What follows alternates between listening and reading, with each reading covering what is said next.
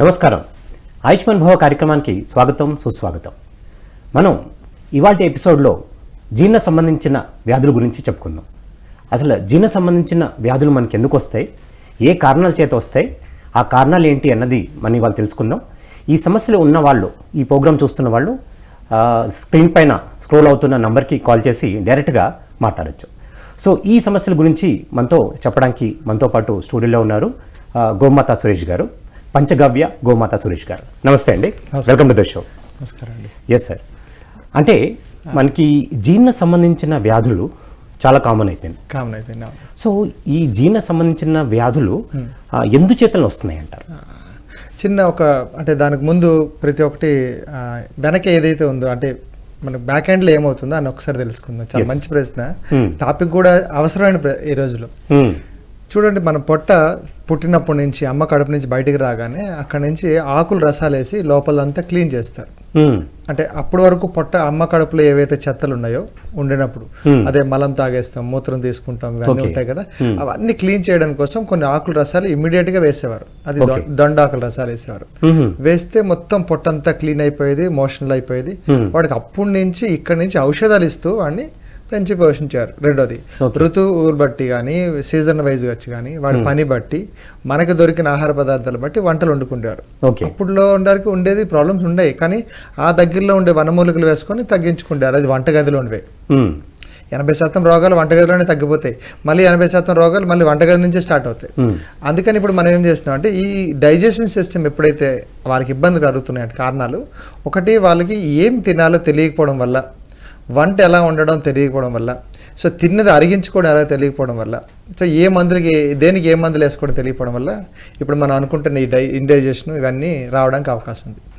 అందరికీ ఒక్కొక్కటే పొట్ట అందరికీ, ఎవరి పెద్దవాళ్ళు లేదు, చిన్నవాళ్ళు లేదు, అందరికీ పొట్ట ఒకటే. కానీ జంతువులకు వచ్చేసరికి జంతువులు హెర్బివోస్, కార్నివోస్ అంటాం, అంటే మాంసాహార జంతువులు, శాకాహార జంతువులు అంటాం. సో ఏవి తినాలో అవే తింటాయి. మనం ఏం చేస్తాం, ఉడకబెట్టుకొని, నానబెట్టుకొని, లేకపోతే వేయించి, ఇంకొకటి అంటే స్టోరేజ్ లో పెట్టుకొని, అంటే మనం ఇంకా ఫ్రోజన్ ఫుడ్ అంటాం కదా, సో అలాంటివన్నీ తీసుకొని, ఎక్కడెక్కడో ఎవరో చెప్పారని చెప్పేసి ఎక్కడి నుంచో ఇక్కడికి దిగుమతి చేసుకొని, అలాంటప్పుడు తీసుకోవడం వల్ల ఈ రోగాలన్నీ స్టార్ట్ అవుతున్నాయి. సో జనరల్గా ఏమవుతుందంటే, శరీరం ఒక చిన్న ఇంటిమేషన్ చూపిస్తుంది, అరే నీకు ఇండైజెస్ట్ స్టార్ట్ అవుతుంది అంటే గ్యాస్ తయారవుతుంది. జనరల్ గా తినండి, ఎప్పుడైనా తింటున్నప్పుడు డైజెషన్ అవ్వాలి, ప్రాపర్ గా డైజెషన్ అయిపోవాలి. అది ప్రేగుల నుంచి బయటగా మలం వ్యర్థం రూపంలో బయటకు వచ్చేయాలి. అది రాకుండా పైనుంచి గ్యాస్ వస్తుంది, పొల్లంత రేణుపులు కానీ, కారంగా ఘాటుగా వస్తుంది. రెండోది, దానివల్ల ఏమవుతుంది, కళ్ళు మంటలు వస్తున్నాయి, గుండె పట్టేడాలు అవుతున్నాయి, జాయింట్లు అన్ని స్టిఫ్ అయిపోతున్నాయి, మోకాలు నొప్పులు వస్తున్నాయి, మలబద్ధక సమస్యలు వస్తున్నాయి. ఇవన్నీ ఎందుకు వస్తున్నాయి అంటే, మనం తినే లోపంలో, అన్నట్టు ముందుగా అనుకున్నాం, అంటే ఏం తినాలో తెలియక, ఎప్పుడు తినాలో తెలియక, అరుగుతుందో లేదో తెలియక, దానికి ఎటువంటి మందులు వేసుకుంటున్నో తెలియక తీసుకోవడం వల్ల ఇవన్నీ వచ్చినాయి. లేదు, మేము చిన్నప్పుడు అంతా మా ఊర్లో అందరూ చపాతీలే తింటారు, మేము చపాతీలే తింటాం అనుకొని కొందరు అదే కంటిన్యూ చేస్తారు. కానీ ఆ చిన్నప్పుడు చేసే పని, వాళ్ళ తాతలు చేసే పని ఇప్పుడు అది లేదు. ఆ లైఫ్ స్టైల్ ప్రాబ్లమ్స్ అనమాట. దానివల్ల కూడా ఈ జీర్ణ సంబంధ వ్యాధులు ఎక్కువ జరగడానికి అవకాశం ఉంది. అంటే మనము తెలియదు, ఫస్ట్ ఆఫ్ ఆల్ ఇది తింటున్నాం, దీని తర్వాత ఏం వేసుకోవాలి. కానీ అప్పుడులో సిస్టమేటిక్గా ఉండేది. చింతకాయ పచ్చడి ఎప్పుడు ఉండాలి, నిమ్మకాయలు ఊరట ఎక్కువ పెట్టుకోవాలి, ఆవకాయలు ఎక్కువ పెట్టుకోవాలి, దీని తర్వాత ఏది తినాలి, అంటే ఒక పెళ్లి భోజనం అంటే ఎలా ఉండాలి, ఒక చావు భోజనం అంటే ఎలా ఉండాలి, లేకపోతే ఒక పంతి భోజనం, ఒక నలుగురు కూర్చొని తినాలన్నప్పుడు ఎలాంటి తినాలి, ఏవి బయట నుంచి ఎంత తెచ్చుకోవాలి, ప్రిజర్వేటివ్ ఎంత చేయాలి, అందరికీ వాళ్ళకి తెలుసు. అంటే తెలిసి అదే రకంగా వాళ్ళు కొన్నాళ్ళకి జరిగింది. ఈ మధ్య కాలంలో ఇలాంటి వ్యాధులు ఎక్కువ అయిపోతున్నాయి. సో దానికి ఏమో మళ్ళీ ఈసోఫేగస్ ప్రాబ్లమ్స్, అంటే ఈ అన్నవాహిక ఏదైతే ఉందో దాంట్లో ప్రాబ్లం అయిపోతుంది. రెండోది, కింద నుంచి ఇండైజెషన్ వల్ల, వాళ్ళ కాన్స్టిపేషన్ వల్ల, ఆ పైల్స్ ప్రాబ్లమ్స్ వల్ల అటు నుంచి ప్రాబ్లమ్స్ అయిపోతున్నాయి. అంటే కింద పైన మొత్తం అంతా ఈ భాండాగారం ఏదైతే ఉందో, జీర్ణ సంబంధం, అంటే ఈ జీర్ణాశయం ఏదైతే ఉందో, అది మనం ఏమంటాం, ఈ పొట్ట కడుపు అంటున్నాం కదా, ఇందులో యాసిడ్స్ తో కూడుకునేది, అది డబల్ యాసిడ్ అయిపోవడం వల్ల ఈ జీర్ణ సంబంధ వ్యాధులు ఎక్కువ అయిపోతున్నాయి. దాని ఒకవేళ వచ్చింది అనుకోండి, ఫర్ ఎగ్జాంపుల్ గ్యాస్ ఏదో బయటకు వచ్చింది, దాన్ని ఏం చేస్తాం, ఆపేస్తాం. రేణుపురానేమో అండ్ కింద నుంచి ఫార్టింగ్ ఏదైతే ఉందో, కింద నుంచి వచ్చే అపానవాయువు ఏది ఉందో దాన్ని కూడా రానివ్వకుండా ఎక్కడ పడితే అక్కడ ఆపేయడానికి మందులు వేసేస్తున్నాం. అది ఏదో బయటికి రావాలనుకుంటుంది, తేనుపు బయటికి రావాలనుకుంటుంది. అది ఆపేయడం వల్ల దాని సైడ్ ఎఫెక్ట్లు ఉండే అల్సర్స్ కానీ, పెప్టిక్ అల్సర్స్ కానీ, సో ఇంకే లోపల ఉండే ప్రాబ్లమ్స్ అన్ని రైజ్ అవుతున్నాయి.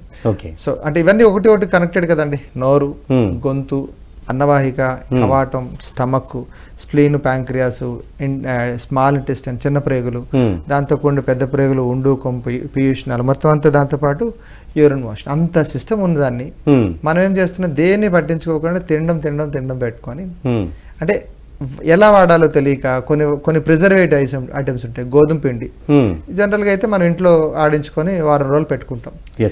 ఇప్పుడు దాన్ని ఏం చేస్తాం, 2-3 నెలలు ప్రిజర్వేటివ్ బెంజిన్ పెరాక్సైడ్ వేసుకొని ఎక్కువ రోజులు మనం నిల్వ ఉండడానికి కోసం దాంట్లో ప్రిజర్వేటివ్స్ వేస్తున్నాం. దానివల్ల ఏమవుతుంది, అది గ్యాస్ ఫామ్ చేస్తుంది. దాని తర్వాత ఒకప్పుడు అంత మంచి చపాతీలు తింటుంటారు నార్త్ సైడ్, మళ్ళీ ఇంత లస్సీ తాగుతారు, సాయంత్రానికి పాలు తాగుతుంటారు నెయ్యి వేసుకొని. మరి అదెందుకు మనం చెయ్యం? ఎందుకంటే ఒకటి తిన్న తర్వాత దాన్ని అనుపానం అనేది కంపల్సరీ ఇచ్చేవారు. లేకపోతే ఒక మంచిగా బెల్లం అంటే కొబ్బరి ఎక్కువ తిన్నాం అనుకోండి, బెల్లం కంపల్సరీ ఇస్తూ ఉంటారు. ఎందుకు? అనుపానం. అలాంటివన్నీ ఈ రోజు కాలంలో తెలియట్లేదు. తర్వాత ఇప్పుడు భోజనం తర్వాత తాంబూలం ఇస్తారు. ఎందుకు? తాంబూలంలో వేయాల్సినవి వేయాలి, ఇది సోంపు వేసుకోవాలి, లవంగం ముక్క వేసుకోవాలి, యాలకులు వేసుకొని చిన్న దాల్చిన చెక్క అవన్నీ వేసుకుంటే సరిపోతుంది. బట్ ఇప్పుడు ఏం చేస్తున్నాం, తీపి పదార్థాలు, చెర్రీ పండు అవన్నీ వేసుకొని మొత్తం ఏం చేస్తున్నాం, అది గ్యాస్ తయారవడం కోసం తయారు చేస్తున్నాం. అది వగరతో కూడి వగరాన్ని ఇస్తుంటారు. మనం ఏం చేస్తున్నాం, ఇప్పుడు సోంపు అనేది తీపి కాదు, అది ఒక వగరైనది. లవంగం ఒక వగరు, యాలకులు ఒక వగరు, ఈ తమలపాకు వగరు. ఈ వగరతో ఇవ్వడం వల్ల ఏమవుతుంది, ఇంతవరకు మనం తిన్న ఆహార పదార్థం ఏదైతే ఉందో ఇండైజెషన్ అవ్వకపోతే ఈ రసం వెళ్ళి అది మొత్తం అంతా అంటే దాన్ని అరిగించి పెడతాది. బట్ మనం ఏం చేస్తున్నాం, తీపిగా ఉండేది గుల్కంద్ వేసేస్తున్నాం, తీపి పటికలు వేసుకుంటున్నాం, చెర్రీలు వేసుకుంటున్నాం, తేనె రాసుకుంటున్నాం. అట్లా అంటే వల్ల ఇలాంటి మార్పులు జరగడం వల్ల ఈ మధ్యన ఈ జీర్ణ సంబంధ వ్యాధులు అన్నీ అలవాటు అయిపోయింది. సో ఇవన్నీ చాలా అద్భుతంగా మొత్తం అంతా జిస్ట్ చెప్పేశారు. అంటే జీర్ణ సంబంధించిన వ్యాధులకు సంబంధించిన అన్ని మెజార్టీగా కారణాలు ఏమేమి ఉంటాయి అన్నది కూడా చాలా అద్భుతంగా మీరు చెప్పడం జరిగింది. అంటే చాలా మంది అంటే మనం కామన్గా అబ్జర్వ్ చేస్తూ ఉంటాం, పెళ్ళిళ్ళైనా ఎక్కడైనా కానీ ఊరుకు కూర్చోపెట్టి అరిటాకు మీద ఆ భోజనం అది వడ్డించేవారు. కానీ ఇప్పుడు ఏంటంటే కనుక బఫే ఎక్కువ అయిపోయింది, నించుని భోజనం చేయడం అని అయిపోయింది. సో ఈ నించుని భోజనం చేయడం మూలంగా కూడా ఈ జీర్ణ సంబంధించిన వ్యాధులు వస్తాయంటారు. ఎందుకంటే మనం మూలాధార కనెక్టెడ్ అండి, మన శరీరం వెన్నుపాముతో మొత్తం అంతా కనెక్ట్ అయ్యింది. మనం ఎప్పుడైతే మూలాధార అంటే సీటు కింద ఎప్పుడైతే ఆనించి కూర్చోవడం వల్ల ప్రతి ఒక్క పదార్థం వాళ్ళు వడ్డిస్తుంటారు కిందికి. ఆ వడ్డించడం వల్ల ఏమవుతుందంటే పేగుని అంటే పొట్ట ప్రేగు హెర్నియాసిస్ అని మనం నొక్కుతాం. ఆ నొక్కడం వల్ల స్టమక్ కూడా ప్రెస్ అవుతుంటది, దానివల్ల తినే ఆహార పదార్థం ప్రాపర్ గా డైజెస్ట్ అవుతుంది. ఎంత పట్టాలో అంతే పడుతుంది. ఒక పక్క దాదాపు 1.5 kg ఫుడ్, ఒక పక్క ఇంకా దొరుకుతుందో లేదో అనుకొని హడావుడిగా నిలబడి అంత తిన్నప్పుడు ఏమవుతుందంటే అది అరుగుదల కష్టం అయిపోతుంది. ఒకప్పుడు ఏమవుతుందంటే భోజనం చేసినప్పుడు అంటే మీరు పంతి భోజనాలకు వెళ్తున్నప్పుడు అక్కడ శ్రవణం ఉండేది, అంటే వినేదానికి అవకాశం ఎక్కువ ఇచ్చేవారు, పాటలు పెట్టేవారు, లేకపోతే ఎవరో ఒకరు కచేరీ చేసేవారు. అంతేగాని అందులో చూడడానికి ఏం లేదు. ఇప్పుడు ఏం చేస్తున్నాం, మనం టీవీ చూసుకొని తినడం, లేకపోతే నడుస్తూ రోడ్డు మీద అన్ని చూస్తూ తినడం. అప్పుడు దృశ్యం మారిపోతున్నప్పుడు డైజెస్ట్ సిస్టమ్ మారిపోతుంది. ప్రశాంతంగా వడ్డించినప్పుడు ఫస్ట్ పచ్చడి వేసుకుంటారు. పచ్చడి తినడం వల్ల ఏమవుతుంది, నోట్లో లాలాజలం పెరుగుతుంది. అంటే సైన్స్ చెప్తున్నా, అంటే రాకుండా ఉండడానికి ఇవే మార్గాలు. రోగం వచ్చిన తర్వాత ఇటువంటి మార్చుకుంటే తర్వాత మాట్లాడుకుందాం. ఇప్పుడైతే పచ్చడి నోట్లో వెళ్ళగానే లాలాజలం బాగా ఊరుతా ఉంటది, అప్పుడు రెండో పదార్థం అరుగుదల స్టార్ట్ అవుతుంది. తర్వాత పులిహార తింటాం, దానివల్ల పులుపు ఎక్కుతుంటది. ముందు కారం అంతే ఇచ్చాం, నోట్లో లాలాజలం వచ్చింది, పులుపు వెళ్ళగానే మొత్తం లోపల ఉన్న గ్యాస్లు ఏవైతే అన్ని కంప్రెస్ అవుతుంటాయి. తర్వాత పప్పు వేసుకుంటాం. సో దాని తర్వాత లాస్ట్ అప్పటి నుంచి స్వీట్ స్టార్ట్ చేస్తారు.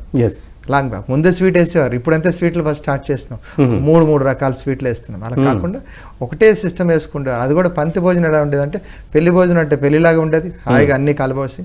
అది చావు భోజనం అంటే ఆ రకమైన టేస్ట్లే ఉండేవి. ఇప్పుడు అన్నీ ఒకటైపోయినాయి. నిలబడి తినడం వల్ల కూడా చాలా వరకు గ్యాసెస్ ప్రాబ్లమ్స్ అన్ని పెరిగిపోతా ఉన్నాయండి. అంటే కొంతమంది ఏమంటున్నా అంటే ఎప్పుడు మనం సింపుల్ భోజనం చేయాలి అనేసి అంటూ ఉంటాం.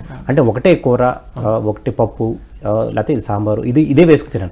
అంటే ఇప్పుడు ఏంటంటే మూడు కర్రీస్ వేసుకోవడం, పప్పులు సాంబార్ అన్నీ మిక్సప్ చేసి కలగా పొలగా చేసుకుని తింటున్నారు. సో ఈ విధమైన తినడం మూలంగా కూడా ఈ జీర్ణ సంబంధించిన వ్యాధులు కానీ లేకపోతే ఇండైజెషన్ రావడం వస్తుందంటారా? అంటే ఇప్పుడు తినడం తప్పేం లేదండి. మనిషి శరీరం ఏంటంటే తినడానికే పుట్టింది, బ్యాలెన్స్ అవ్వడానికి. కానీ అరుగుతుందా? అరిగే పని చేస్తున్నామా? అప్పుడు బాగా తినేవాడు, తినేసి పొలం పనికి నాగలి మోయడం ఎవరికి అవుతుందండి? అంత నాగలి సన్నగొని మనిషి మోసుకుని వెళ్ళిపోయాడు. 2 పెద్ద కాడెద్దులు 2 పట్టుకొని వెళ్ళి నీట్గా పని చేసుకున్నాడు. ఒక 2-3 ఎకరాలు కూడా ఈజీగా దున్నేసేవారు. ఆ పని జరిగింది కాబట్టి ఇదంతా అరుగుదరిగిపోతుంది. కానీ ఇప్పుడు ఎవరు అరుగుతుంది? మరి మళ్ళీ అంత సాఫ్ట్ పనులే కదా. అవును.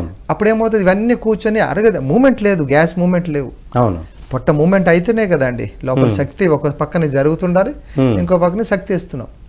అంత ఇచ్చినప్పుడు మరి అంటే పని చేసే దాన్ని బట్టే వీళ్ళు తినాలనే ఒక చిన్న నియమం. రెండోది పంక్తి భోజనాలకు వెళ్ళినప్పుడు అలాగే తినాలి. రెండోది నేను పేషెంట్, నాకు ఇండైజెషన్ ప్రాబ్లం ఉందా, ఎసిడిక్ ప్రాబ్లం ఉందా, ఇది ఆలోచించుకొని ఆ పంక్తి భోజనాలు తీసుకోవాలి అంతే. లేదు అనుకుంటే మాత్రం ఈ రోజుల్లో మందులు మింగాల్సి వస్తుంది. రైట్, అప్పుడు సెలెక్టివ్ మందులు మింగాల్సి వస్తుంది, సెలెక్టివ్ భోజనం సెలెక్ట్ చేసుకోకపోతే. అందుకని ఇవన్నీ ఇంపార్టెంట్ థింగ్స్. ఎందుకంటే రేపు పొద్దున వచ్చింది అనుకోండి, ఎవరేం చేయలేం, అన్ని మెడిసిన్స్ అయిపోతాయి. బట్ రాకుండా ఉండడానికి కోసం ఇలాంటివన్నీ నియమాలు ఎట్టి పరిస్థితిలో పాటిస్తూ ఉండాలి. అదే ఆయుర్వేదం అంతే.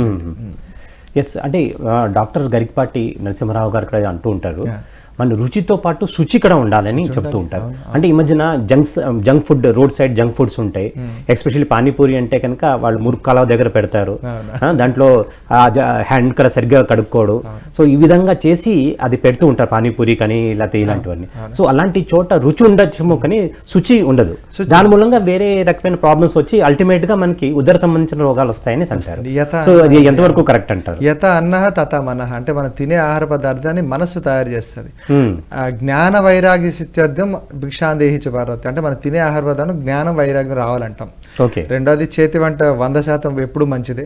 చేతి వంట అంటే అదే అందులో మనసుకు ఏర్పడింది అనుకోండి, అంటే ఇంట్లో అమ్మ గాని భార్య చెల్లి లేకపోతే ఎవరైతే వండుతున్నారో అవి ఆహార పదార్థం మనం ఊహించుకొని వండుతారు, బాబుకి ఇలా కావాలా కానీ. మిగతా ఏది కూడా వ్యాపార దృక్పథంతో ఉండేది. అప్పుడు ఆ టైం అడివాడు ఏం చేస్తాడు, రుచి ఉండాలి లేకపోతే కలర్ ఉండాలి అని చెప్పేసి లేనిపోయిన అన్ని కలుపుతున్నాడు. అజినోమోటో కానీ, కార్న్ఫ్లోర్స్ కానీ, కొన్ని ఎసెన్షియల్స్ కానీ, ఇంకా చెప్పుకోవాలంటే మధ్యన ఈ వైన్ కూడా కలుపుతున్నారు, విస్కీ వైన్, ఇవి కూడా అంటే టేస్ట్ కోసం. అవి ఆల్కహాల్ కలిపితే ఏమవుతుందంటే ఆ మాంసం కానీ లేకపోతే కొన్ని ఉడకని టమాటాలు కానీ బాగా మెత్తగా అయిపోతాయి. మీరు చూడండి, అదే టమాటాలు మనం ఇంట్లో వండితే ఉడకవు, గట్టి గట్టిగా ఉంటున్నాయి. బట్ వాడు మనకి ఏదైతే ఇచ్చిందో అందులో టమాటా కూర ఇచ్చాడనుకో మెత్తగా అవుతుంది. ఎందుకు? ఈ ఆల్కహాల్ సిస్టమ్ అంతా బాగా వెళ్ళి హై అమౌంట్ హీట్తో, చాలా ఎక్కువ హీట్తో రోస్ట్ చేసిందే మళ్ళీ చేస్తూ ఉంటాడు. అలాంటప్పుడు డెఫినెట్లీ గ్యాస్, ఈ ఉదర సంబంధం అంది వ్యాధులు వస్తాయి. ఇందాక మీరు అడిగిన చాలా మంచి ప్రశ్న ఏంటంటే, మనం కలపొస్తున్నాం అంటే ఒకసారి శనగపిండి ఉడకబెడతాం, అందులో మళ్ళీ వరిపిండి వేస్తుంటాం, గోధుమ పిండి, మైదా పిండి, ఇవన్నీ వేసి దేవుతాడు ఆవిడ. అప్పుడు ఏమవుతుంది, ఎప్పుడైనా ఆయుర్వేదం సూత్రంలో ఏంటంటే ఒక నూనెలో 2 సార్లు ఒకటి చేయకూడదు. ఇంట్లో అప్పడాలు వేయిస్తాం, మిగిలినంతా పోపుకు వాడుకుంటాం. సో వాళ్ళు ఏం చేస్తారు, ఈ రోజు సమోసాలు వేస్తాను, మళ్ళీ దాని శనగపిండి బజ్జీలు వేస్తుంటాడు, ఇంకా వరిపిండి ఇంకోటి వేస్తుంటాడు. అప్పుడు ఏమవుతుంది, ఆ ఆయిల్ అంటే పాయిజనస్ అయిపోతుంది. దాన్ని హై అమౌంట్ ఆఫ్ హీట్ తో చేసినప్పుడు ఏమవుతుందంటే బాడీ లోపల మీరు అన్నట్టు ఇందాక గ్యాస్ కంపల్సరీ స్టార్ట్ అవుతుంది. దానికోసం మళ్ళీ ఇంకో వీళ్ళు ఏం చేస్తారు, మళ్ళీ ఇంకో టాబ్లెట్లు వేయడం, ఇలాంటి. శుచి అయితే ఉండదండి 100%. 100 మందికి వండుతున్నప్పుడు ఎవరు శుచి చేస్తారు? శుచి అయితే కంపల్సరీ మిస్ అయిపోతుంది. దానివల్ల ఉదర సంబంధి వ్యాధులు వస్తాయి, ఫుడ్ ప్రాబ్లమ్స్ వస్తుంది, ఫుడ్ పాయిజన్ అయిపోతుంది. గత ఈ నెలలోనే, ఈ ఫిబ్రవరి నెలలోనే చాలా మంది ఫుడ్ పాయిజన్ అయిన వాళ్ళు మాట్లాడుతున్నారు. అంటే ఎందుకు వచ్చిందంటే కారణం బయట తినడం వల్లే. అది అరుగుదల లేకపోవడం వల్ల, శరీరం దాన్ని అరిగించుకునే శక్తి శరీరంలో లేకపోవడం, అది కూడా ఒక పెద్ద కారణం అండి. ఇవన్నీ కారణాలు. అంటే మన మానవుడిది ఒక శరీరం ఎలా అయితే నిర్మిత అయిందో తింటూ శాకాహారీ ఫుడ్డే మనం వేయాలనేసి అంటారు. అంటే మాంసాహారం ఫుడ్ మనం రెగ్యులర్గా చేస్తుంటే ఇది కూడా జీర్ణాశయాన్ని చెడగొట్టే వాళ్ళం అవుతాం. ఇక్కడ మాంసం ఎవరు తింటున్నారు? ఎవరు మాంసం తినట్లేదు, అందరూ మసాలా తింటున్నారు. మాంసం ఎక్కడ తింటున్నారు? మాంసం తినగలరా? ఎవరెవరు తింటలేరు. చూడండి, అమ్నివోస్ కార్నివోస్ అంటారు. అంటే ఏంటంటే శాకాహార జంతువుల తాలూకా వాళ్ళ సిస్టమ్ డిఫరెంట్ ఉంటుంది. పెద్ద ప్రేగులు ఉంటాయి, లివర్ పెద్దగా ఉంటుంది. మాంసాహార జంతువులది ఎక్స్ట్రాగా 4 పళ్ళు ఉంటాయి, దాని పొట్ట చిన్నది అండ్ లివర్ చిన్నది, గుండెకాయ పెద్దది, అట్లాంటివన్నీ ఉంటాయి. దానికి ఏంటంటే దాని శక్తి కూడా అవి అలాగే తయారైపడుతుంది. మేక తాలూకు కాళ్ళు, గుర్రం తాలూకు కాళ్ళు, ఆవు తాలూకు కాళ్ళు ఎందుకు అలాగబెట్టినాడు? అండ్ కుక్క కాళ్ళు, పిల్లి కాళ్ళు, పులి కాళ్ళు ఎందుకు అలాగబెట్టారు అంటే దానికి కావాల్సింది గ్రిప్, దీనికి కావాల్సింది ఫ్లాట్ ఫీట్ కావాలి. సో ఇంత సిస్టమ్ మార్పులు జరుగుతున్నప్పుడు మనం ఎందుకు ఆలోచించట్లేదు? మనం చేస్తుంది ఏంటంటే మాంసం అనే పేరుతో మసాలా తింటున్నాం. ఓకే. కేవలం ఈ అల్లం వెల్లిగడ్డ పేస్ట్లు కానీ లేకపోతే ఇంకా కారపొడి కానీ ఇంకా ఈ ఆల్కహాల్ సిస్టమ్ కానీ అజినోమోటో మనకు కావాలి. ఆ పదార్థాలు తింటున్నాం కానీ ఎవరు మాంసం తినట్లే. అదేం చేస్తుంది, పీక్కొని తింటది, రక్తంతో కలుపు కావాలి దానికి. మనం కానీ మళ్ళీ మాంసం పెట్టి పచ్చళ్ళన్నీ కలిపేసి పెట్టండి, అది చచ్చిపోతుంది. అది అలాగే డిజైన్ చేయబడింది. అందుకే అది నీట్గా 20 ఏళ్ళు బతకాలంటే 20 ఏళ్ళు బతుకుతుంది, 100 ఏళ్ళు బతకాలి 100 ఏళ్ళు బతుకుతుంది. మనం ఏం చేస్తాం, 120 ఏళ్ళు కాస్తే 60కి వస్తాం, with BP, sugar, gastric, indigestion. Yes sir. మనం ఇప్పుడైతే ఉదర సంబంధించిన సమస్యలని చెప్పుకుంటున్నాం. ఇందాక మీరు చెప్తున్నది కొంచెం కంటిన్యూ చేయండి. ఓకే, నాన్ వెజ్ గురించి చెప్తున్నారంటే ఇప్పుడు ఈ రోజులు ఏంటంటే ఒకప్పుడు నాన్ వెజ్ అండి, అందులో క్వాలిటీస్ ఉండేవి. అంటే వాళ్ళకి తెలుసు వాత పిత్త కఫ అని దాన్ని బ్యాలెన్స్ చేసుకొని శరీరంలో ఏదైతే ధాతువు తక్కువ అవుతుందో ధాతు పుష్టి కోసం మాత్రమే నాన్ వెజ్ తినేవారు. ఫ్యాషన్ గురించి కాదు, టేస్ట్ గురించి కాదు. ఇప్పుడు కూడా ఆరోగ్యం బాగుండాలని తినేవారు. ఉడుములు తినేవారు, కొన్ని రకాల మంచినీటి చేపలు తినేవారు, రైట్, కొన్ని రకాల పిట్టలు తినేవారు, రైట్. రెండోది కొన్ని రకాల ఇన్సెక్ట్స్ ఉంటాయి, వాటిని అన్నింటినీ తినేవారు. అంతేగాని ఇది ఎప్పుడు అంటే ధాతు తగ్గిపోతాయి, శరీరం ధాతు, పిక్కల బలం తగ్గిపోతే ఒకలాగా, హార్ట్ ప్రాబ్లం అయితే ఒకలాగా, అలాగే తినేవారే కానీ. సో అంతకు మించి ఇప్పుడు అయితే టేస్ట్ కోసం చేతిలో డబ్బులు ఉన్నాయని చెప్పేసి కొనుక్కొని తినేసి ఈ చీపు ఉండే మాంసం అనేది వాళ్ళకి అసలు ఇప్పుడు తినే వాళ్ళు ఎవరైతే తింటున్నారో అవన్నీ మాంసమే కాదు. ఎందుకు మాంసం కాదండి అంటే మా సిద్ధాంతం ప్రకారం అంటే ఈ మాంసాహారం తినకూడదు, శాకాహారం అన్నదే మేము పాటిస్తాం అన్నమాట. మనిషి సో మానవ ఆహారం అంటే శాకాహారం అన్నది అంటే మా ఛానల్ ద్వారా మేము ప్రమోట్ చేస్తాం. అది తినకూడదు, తింటే ఇప్పుడు తినే వాళ్ళు లేరు కదండి, అందరూ మాంసాలు తింటున్నాం కదా, దానివల్ల ఉదర సంబంధ వ్యాధులు ఇంకా ఎక్కువ అవుతాయని ఎక్కువ జరిగిపోతుంది. సో వీలైనంత వరకు అది ఆ హ్యాబిట్ అనేది మార్చుకొని నేను క్వాలిటీ ఫుడ్ తింటున్నాను లేదా అని ఆలోచిస్తే సరిపోతుంది. అంటే చాలా మంది ఈ ఫ్రూట్స్ కానీ ఈ డ్రై ఫ్రూట్స్ కానీ ఇవి తింటే మంచిదంటారా? సో కొన్ని డ్రై ఫ్రూట్స్ మీరు చెప్పండి, మనం జనరల్ గా ఏవేవి తింటున్నాం? డ్రై అంటే క్యాష్యూ నట్స్ కానీ, ఇంకా పిస్తా, బాదాం అంటారు. అవును సరే, ఇవన్నీ ఏంటంటే నట్స్, ఇవి ఫ్రూట్స్ కాదు. డ్రై ఫ్రూట్ ఏంటంటే ద్రాక్షలో ఖర్జూరాలు, అంజీరులు, సో ఇవి ఫ్రూట్స్. సో మనం ఏం చేస్తున్నాం, దీన్ని కలిపేస్తున్నాం, నట్స్ ని ఫ్రూట్స్ తో కలిపేస్తున్నాం. అప్పుడేమవుతుంది, ఇప్పుడు ఆల్రెడీ డ్రై, ఎవరికైతే డ్రై అని ఎందుకు కావాలంటే దొరకకపోతే డ్రై బిస్కెట్స్, రస్కులు, ఏవైతే చాక్లెట్స్ ఉన్నాయో మనిషి ఏంటంటే యుద్ధానికి వెళ్తున్నప్పుడు దొరకవు, కొన్నిసార్లు క్షామం వచ్చినప్పుడు మొత్తం అంటే దొరకవు, అప్పుడు మాత్రం తీసుకోవాల్సింది. దొరుకుతున్నప్పుడు ఫ్రూట్ తినాలి, ఎందుకు ఫ్రూట్ లో 100% దాంట్లో వాల్యూస్ ఉంటాయి.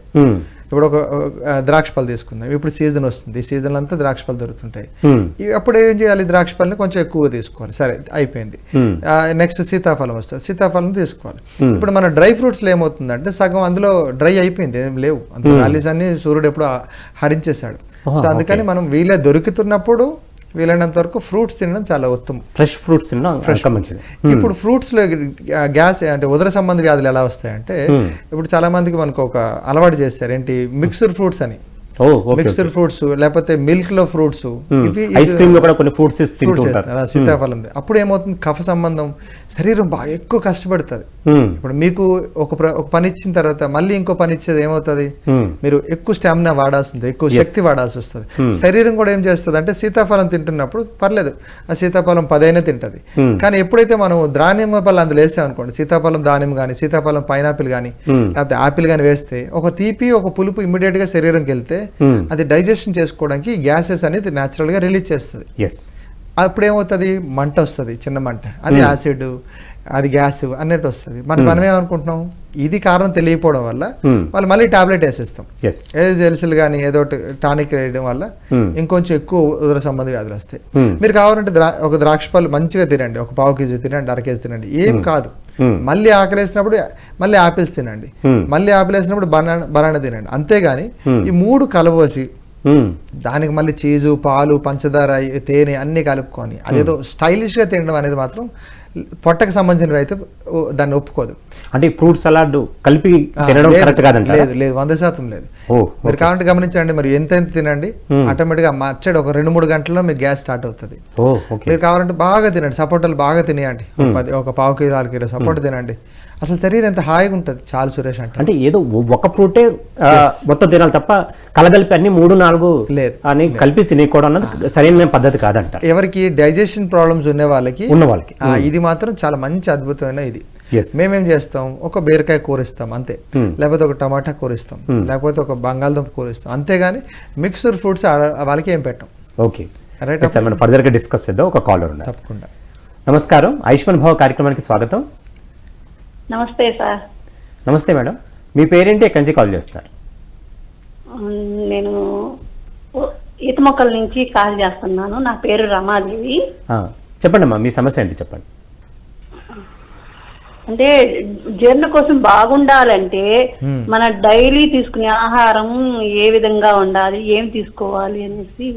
చాలా మంచి ప్రశ్న అండి. ఏంటంటే ఈ రోజు కట్టిన చీర వారం రోజులు మనం కడితే ఏమవుతుంది, మొత్తం శరీరం అంతా ఇబ్బంది వస్తుంది. అలాగే మనం ఈ రోజు తిన్న ఫుడ్ రేపటికి మార్చాలి. చాలా మంచి ప్రశ్న అది. ఏంటంటే డైజెషన్ బాగుండాలి అంటే కొత్త కొత్త రకాలు మనం ఇస్తూ ఉండాలి. ఈరోజు బంగాళదుంప కూర వండాం, కొందరు అదే రెగ్యులర్ చేస్తారు. ఈరోజు తెల్లవారు ఇడ్లీ వండాం, అదే ఇడ్లీ 4 రోజులు రెగ్యులర్ చేస్తారు. అదే లేకపోతే పల్లీ చట్నీ ఉంటుంది, అదే పల్లీ చట్నీని మళ్ళీ 3 రోజులు రెగ్యులర్ మెయింటైన్ చేస్తారు. దానివల్లే ప్రాబ్లం. శరీరానికి కొత్తవి కావాలి ఎవ్రీ టైం. పాత చెత్త అంతా పోవాలి, కొత్తదంట రావాలి. అప్పుడు మళ్ళీ రేపు మళ్ళీ మీరు ఏం చేయాలి, పెసరట్టు తినాలి, ఎల్లు చపాతీలు తినాలి, ఆ తర్వాత గుగ్గులు లాంటివి వేసుకోవాలి, ఆ తర్వాత మంచి ఫ్రూట్స్ రిలేటెడ్ ఒక రోజు. ఇట్లా మార్పులు ఎప్పుడైతే మనిషి చేస్తున్నాడు ఇమీడియట్ గా, అప్పుడు జీర్ణ సంబంధ వ్యాధులు అని తగ్గుతాయి. సరే, ఒక రోజు మంచిగా అన్నం తినాలి, ఓ రోజు ఖాళీ పెట్టాలి. అట్లా ఇలాంటివన్నీ మార్పులు చేయకపోతే ప్రతిరోజు ఇడ్లీ అనే అదే ఇడ్లీ పిండిని ఏం చేస్తారు, ఫ్రిడ్జ్లో పెడతాం, అది ఇంకా పులిసిపోతుంది. పులిసిన పదార్థం ఎప్పుడు కూడా శరీరానికి రెగ్యులర్గా ఇస్తే దానికి యాసిడ్స్ అనేవి చచ్చిపోతుంటాయి, యాసిడ్స్ అనేవి తగ్గుముఖం వస్తుంది. అందుకు ప్రాబ్లం. ఇప్పుడు ఆవిడ అడిగిన ప్రశ్నకి సింపుల్గా వంటగదిలో వాము ఉంటుంది కదండి, వాము చిటికడు, జీలకర్ర చిటికడు, కొంచెం ఉప్పు, ఇంకొక ఉప్పు వేసుకొని దాన్ని బెల్లం కలుపు ముద్ద చేయమనండి. అది అలా ముద్దలు తినమండి. ఎక్కడున్న గ్యాసులన్నీ మంచిగా వస్తుంటాయి. ఎవరికైతే ఇబ్బందులు ఉంటాయి, బాగా మంటలు వస్తుంటాయి, రైట్, అలాంటి వాళ్ళు ఈ రోజుకు ఒక 3 గులుకులు అలాగే తింటూ ఉండండి. 3 సార్లు 3 చిటికలు వేసుకోవాలి, నములుతుండాలి. అవి చేసుకుంటే చాలా మంచి ఉపయోగం ఉంటుంది ఇమ్మీడియట్గా. కానీ అప్పటి నుంచి వాళ్ళు మిక్స్డ్ ఫుడ్స్, మిక్స్డ్ వెజిటబుల్స్, రెగ్యులర్గా ఒకటే ఫుడ్, రాత్రి అంతా చపాతీలు తింటారు, ఉదయం అంతా ఇడ్లీలు తింటారు, మధ్యాహ్నం పూట మంచిగా సాంబార్ అన్ని కలుపుతారు. దీనివల్ల ప్రాబ్లం వస్తుంది. మారుస్తుండండి. బ్రేక్ఫాస్ట్లో మార్పులు, డిన్నర్లో మార్పులు, కూరగాయలలో మార్పులు చేసుకుంటే తగ్గిపోతుందండి. ఓకే, అంటే రెగ్యులర్గా ఇండైజెషన్గా ఉన్న వాళ్ళకి ఏం ప్రాబ్లం ఉంటుందంటే ఎక్కువగా హెడాక్ అదే ఎక్కువ వస్తుంది, అలాగే గ్యాస్ అది ఫార్మేషన్ అయిపోతే బాడీ పెయిన్స్ కూడా ఎక్కువగా వస్తూ ఉంటాయి. సో అంచేత ఈ గ్యాస్ ఫార్మ్ అవ్వకుండా మరి ఇంకా ఏమేమి చేస్తే మంచిదంటే, అంటే ఒక్కటండి సూత్రం, గ్యాస్ ఫార్మ్ అయిపోతే మంచి చచ్చిపోతాడు. బాడీలో గ్యాస్ ఉండాలి అంటే నేను ఈ చేతులు మూవ్మెంట్ చేయాలి, కళ్ళు బ్లింక్ చేయాలి, గుండె కొట్టుకోవాలి, నేను మూవ్మెంట్ అవ్వాలి అంటే నా శరీరంలో గ్యాస్ ఉండాలి. అది నేచురల్ గా శరీరం తయారు చేసుకుంటది. కానీ ఒక్కొక్కసారి పుల్లగా త్రేణుపులు వస్తాయి, అలాంటప్పుడు ఇబ్బంది. లేకపోతే కింద నుంచి అపానవాయు బాగా ఎక్కువగా వస్తుంటది. అలాంటప్పుడు ఏమంటే పొట్టలో ఎక్కువగా స్టాగ్నేటెడ్ ఫుడ్ ఉండిపోయింది. అంటే ముందుది అరగకుండా మళ్ళీ ఎక్స్ట్రా వేస్తాం. తెల్లవారు తిన్న 4-5 ఇడ్లీలు పూర్తిగా అరగలేదు, అరగకుండా మళ్ళీ ఏం చేస్తున్నాం, మళ్ళీ మధ్యాహ్నం సాంబారు, పప్పు, పెరుగు అంతా కలిపి వేస్తాం. అది అరగక మళ్ళీ సాయంత్రం బజ్జీలు వేస్తాం. ఆ బజ్జీలు వేసిన అది అరగక మళ్ళీ రాత్రిపూట మరి ఇంకొక టిఫిన్ పెట్టేస్తాం. అప్పుడు ఏమవుతుంది, ఇండైజెస్టెడ్ అవుతుంది, పాతది అరగలేదు, మళ్ళీ కొత్త తయారవడం కోసం బాడీలో గ్యాసెస్ తయారు చేసుకుంటుంది. అప్పుడు కుళ్ళిపోతుంది. కులిపిన వాళ్ళకి డెఫినెట్లీ గ్యాసెస్ వస్తాయి. చూడండి, టమాటా కూర పైన పెట్టాం అనుకోండి, 3 రోజుల తర్వాత కులిపోతుంది, తీగానే ఒక కంపు వస్తుంది. శరీరంలో కూడా అంతే. తెల్లవారు పెట్టింది అరగలేదు, లేకపోతే రాత్రి తిన్నది అరగలేదు, మళ్ళీ తెల్లవారు వేస్తున్నాం. ఇది ఎప్పుడైతే అర్థం చేసుకుంటామో ఇండైజెషన్ అనే మాట ఉండదు. అప్పుడు శరీరం లోపల నుంచి ఒక ఆకలి అనేది ఒకటి తెలుస్తుంటది. అది ఏ మెషిన్ కి అందదు, అర్థమైందా? సో ఆ లోపల ఏదైతే ఆకలి అనేది స్టార్ట్ అవుతున్నప్పుడు అప్పుడు మీరు తీసుకోవాల్సింది ఫస్ట్ ఆఫ్ ఆల్ ఫుడ్. మనం ఎప్పుడైతే అరగకుండా టైం అనుకోని 1 గంట అయిపోయింది, లేకపోతే తెల్లారి 9 అయిపోతుంది, రాత్రి 6 అయిపోయింది, 7 అయిపోయింది, తినేద్దాం అనుకొని మన శరీరం తాలూకు న్యాచురల్ శక్తి అంటే అరిగించుకునే శక్తిని మనం తగ్గించుకోవడం వల్ల ఇండైజెషన్ వచ్చేసిందండి. ఇండైజెషన్ కోసం మళ్ళీ ఏం చేయాలి, సోంపు బాగా నవ్వులుతూ ఉండాలి. ఓన్లీ డ్రై సోంపు, లేకపోతే ఈ మధ్యన మిక్స్డ్ కొన్ని స్వీట్ గుళికలు కూడా ఇస్తున్నారు, అవి కూడా మిక్స్డ్ ఓన్లీ ప్యూర్ సోంపు. సోంపు మంచిగా నవ్వులుతా వగరు. ఇప్పుడు స్వీట్ కలిపామనుకోండి మళ్ళీ ఏమవుతుంది, మళ్ళీ గ్యాస్ వస్తాయి కదా. ఆ స్వీట్ చిక్కీలు వేస్తుంటాడు, ఏంటి పటికలు వేస్తుంటాడు, అవన్నీ వద్దు. ఉట్టి సోంపే నవ్వలండి. దాంతో పాటు లేకపోతే కొంచెం తమలపాకు వేసుకొని నవ్వులుతుండండి, తగ్గిపోతుంటది. సో వాళ్ళందరికీ నేను చెప్పేది ఏంటంటే ఇలాంటి ఇండైజెషన్ ప్రాబ్లమ్స్ ఉన్నప్పుడు కొంచెం గ్యాప్లు ఫుడ్కి గ్యాప్ ఇవ్వాలి. ఓకే. మార్నింగ్ 9 గంటలకు మనం టిఫిన్ తిన్నాం అనుకోండి, మళ్ళీ అది 3 వరకు మీకు ఆకలి వేయట్లేదు అన్నప్పుడు 3 వరకు ఏం తినకూడదు. 3 అప్పుడు బాగా ఆకలి వేస్తుంది అనుకోండి, అప్పుడు తిన్నాం అనుకోండి, మళ్ళీ అది 7 వరకు ఆకలి వేయకుండా ఉంచుతుంది. సో అలాగే ఈ గ్యాప్లు ఎక్కువ గ్యాప్లు మెయింటైన్ చేస్తే ఫుడ్కి మధ్యలో ఏమి తినకుండా ఏమైనా స్వీట్ ఇచ్చారు లేకపోతే ప్రసాదాలు ఇచ్చారు ఇట్లాంటివన్నీ కాకుండా స్నాక్స్ కానీ ఏమంటారు బజ్జీలు కానీ ఇవి తినకుండా ఉన్నారనుకోండి, వాళ్ళకి డైజెస్ట్ సిస్టమ్ ఒక 4-5 రోజుల్లో ఇంక్రీజ్ అవుతుంది. ఓకే.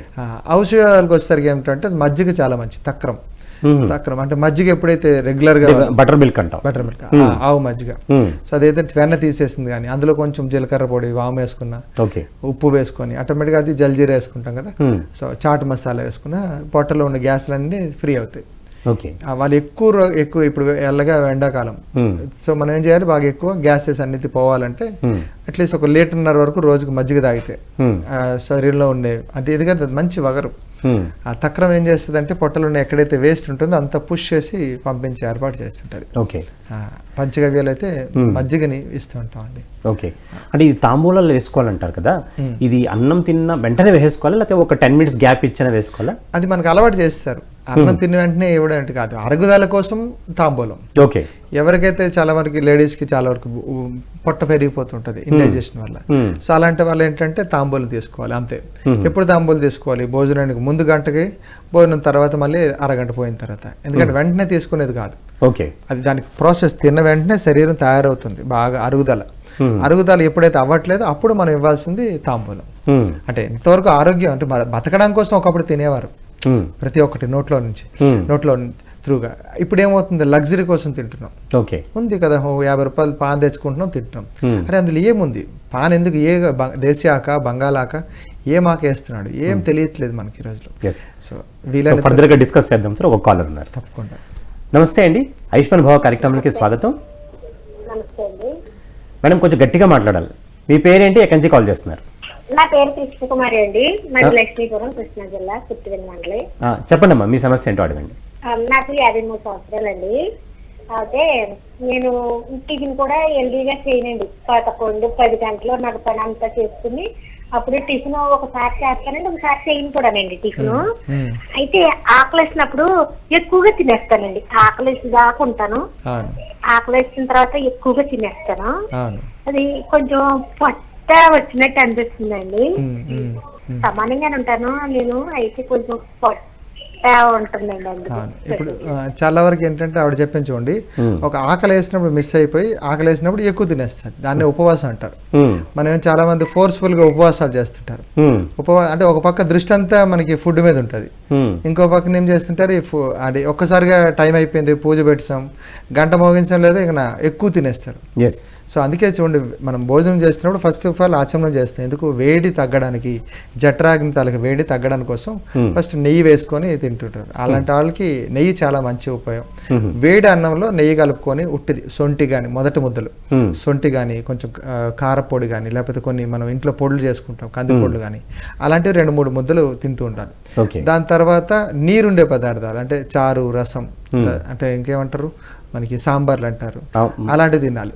సో కొన్ని రోజులు అంటే ఏదైనా ఎక్కువ ఫస్ట్ సొంటి కారం మన లోపలికి వెళ్ళింది అనుకోండి, ఆ గ్యాస్ ఏదైతే ఉందో లేకపోతే పొట్ట వచ్చింది అంటున్నారు కదా, అవన్నీ బాగుంటది. కానీ ఉపవాసం చేసేటప్పుడు కొన్ని నియమాలు, ఆ రోజు వండిన పదార్థాలు తినద్దన్నారు, పూర్తిగా మానేసి పొట్టను ఎండబెట్టి ఆకలితో ఉండడం కాదు.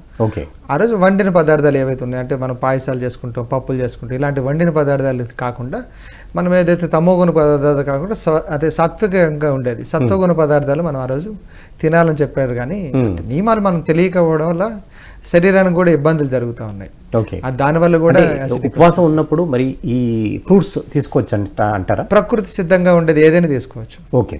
ప్రకృతి నుంచి శరీరానికి లోపలికి వెళ్ళిపోవాలి అంతే, మధ్యలో స్టవ్ అనేది కానీ ఫ్రిడ్జ్ అనేది కానీ ఉండకుండా. ఓకే. సో అలాగుండి అంటే పూర్తిగా ఆకలిగా కాదు, పూర్తి కడుపు నిండా కాదు, అట్లా ఉండేటట్లు తినాలి, చాలు అనేటట్లు ఒక 2-3 ఉండేటట్టు. ఎందుకంటే ఎప్పుడు దైవారాధనలో ఆ రోజు కూర్చుంటా కదా, సో ఏదో కోరుకొని కూర్చున్నాం కదా ఉపవాసం, అందుకని ఆ కారణం ఉండాలి కాబట్టి, ఏదో పొట్టకి బాధ ఉంది కాబట్టి అది తినాలి. దృష్టి అంతా అటు ఉండకూడదు అండ్ ఆకలి మీద కూడా ఉండకూడదు. అలా చేసుకుంటే సో ఎస్ సార్, ఎంతో అద్భుతంగా ఆ ప్రశ్నకి సమాధానం చెప్పారు.